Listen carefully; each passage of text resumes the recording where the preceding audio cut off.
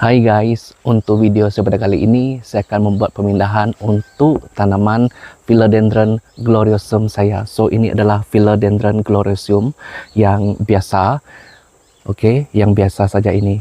Tengok kalau daun matangnya dia seperti ini. Yang ini sangat senang untuk hidup.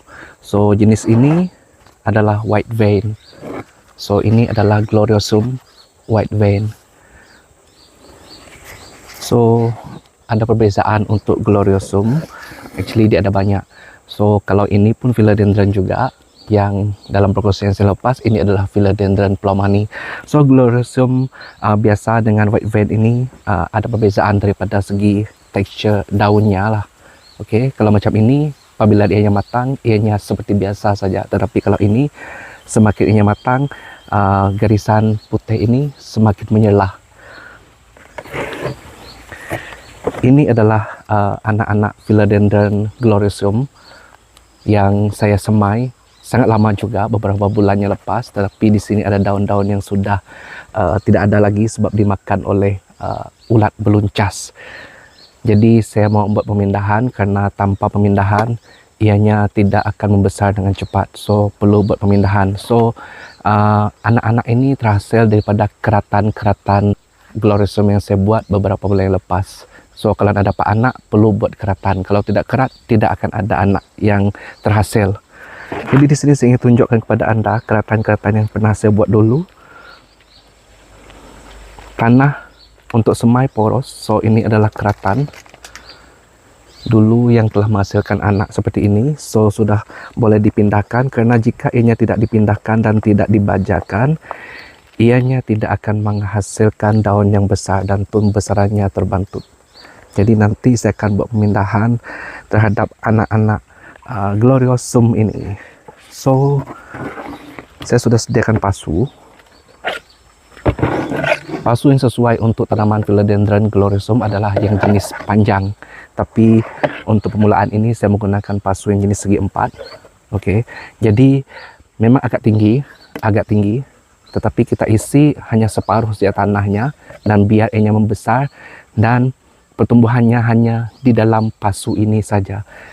Jadi apabila ianya tumbuh di pasu ini, ianya akan tumbuh merimbun dan cantik. Kalau nak rimbun, boleh letakkan dua anak gloriosum lah di dalam pasu. Tapi kalau untuk tumbesaran yang sangat cantik, ya hanya satu cukuplah. So di sini seperti biasa, media semaian saya sudah ready. Seperti yang anda selalu perhatikan, saya hanya menggunakan media semaian cukup ringkas, di mana media semaian saya cukup tanah dengan sekam padi saja. Nisbahnya 2 sekam padi 1 tanah, dan ianya akan menyebabkan media tanaman itu poros dan ianya sangat sesuai untuk pertumbuhan akar dan juga pembesaran tumbuhan yang kita tanam, terutama sekali philodendron.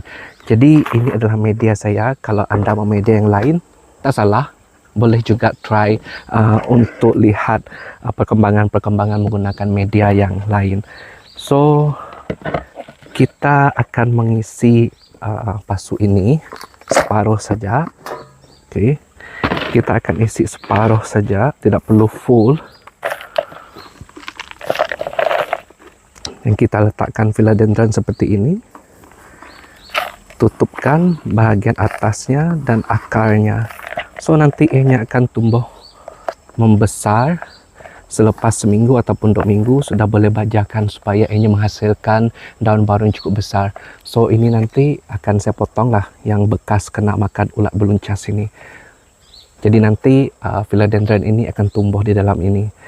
Kalau pemindahan dilakukan seperti ini dengan akar sekali, dicabut daripada tanah yang cukup poros, philodendron ini tidak akan mengalami kecederaan yang lama. Ianya dalam selang 1-2 hari cukup disiram, ianya akan tumbuh sehat segar seperti biasa. Di taman saya ini memang banyak philodendron, sebab apabila philodendron itu rimbun, ianya nampak sangat cantik dan memenuhi persekitaran taman saya ini. So kepada sesiapa yang pernah masuk ke taman saya ini, anda tahulah saya memang mempunyai banyak philodendron dan saya sangat menyukai philodendron. Ada jenis yang memanjat, ada jenis yang menjalar.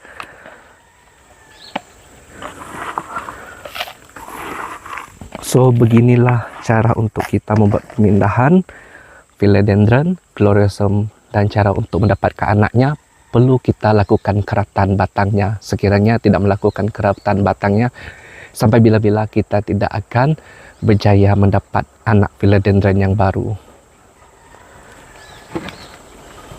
So ada beberapa lagi anak Philodendron di sini. Nanti saya akan pindahkan.